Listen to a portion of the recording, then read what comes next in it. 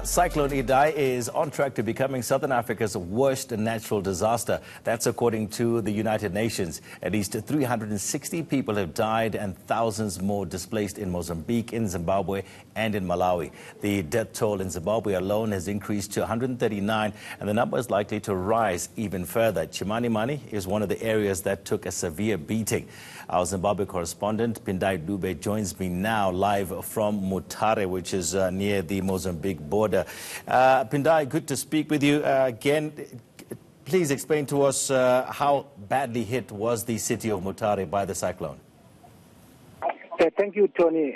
Yes, I'm in Mutare, and Mutare was not hit too much, but it was also, there are some areas which were damaged, and there are some people who are displaced. And right now we are waiting. We are at an aerodrome in Mutare, waiting for patients, victims of the floods, who are critical injured, to be brought from Chimanimani.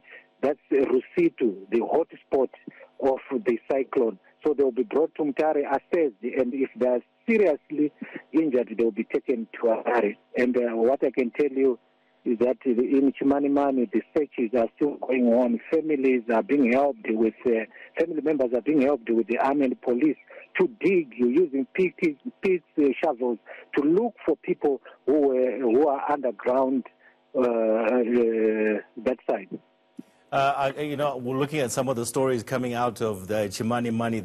Three women spent nearly 24 hours hanging on a tree before they were rescued, and one of the three women lost her two children in the floods as well as her mother. Do we know how many people are missing in the Chimanimani area, and how are the rescue operations going there? Yes, we were told that by locals, when we are talking to locals, they tell us, although the government is saying officially it's 139, but the locals are telling us that huge number of people, they're estimating about 400 people died because some are missing. The government also mentioned that there are a lot of number of people who are missing. So we don't know whether they are dead or they are still marooned somewhere. And some bodies, we understand, that are being found in Mozambique. The rivers have flown, have pushed them into Mozambique. So that's the situation. Anyway, the one woman who was pregnant was brought today early in the morning to Mutare, and she was rushed to Mutare General Hospital. We understand she can be taken to Harare. So that's the situation right now. The reports coming in that there was a town of about 80 houses that was completely washed away in the Chipinge area, Zingire Growth Point. Explain to us about the Chipinge area itself. Is it close to Chimanimani, and how badly hit was that area as well? Yes, very true. It's a place called the Kopa, that's near Chipinge, in Chipinge, and also near Chimanimani. The whole village was swept away together with the business center, and I understand with the clinics. They were swept away, and those people can't be found.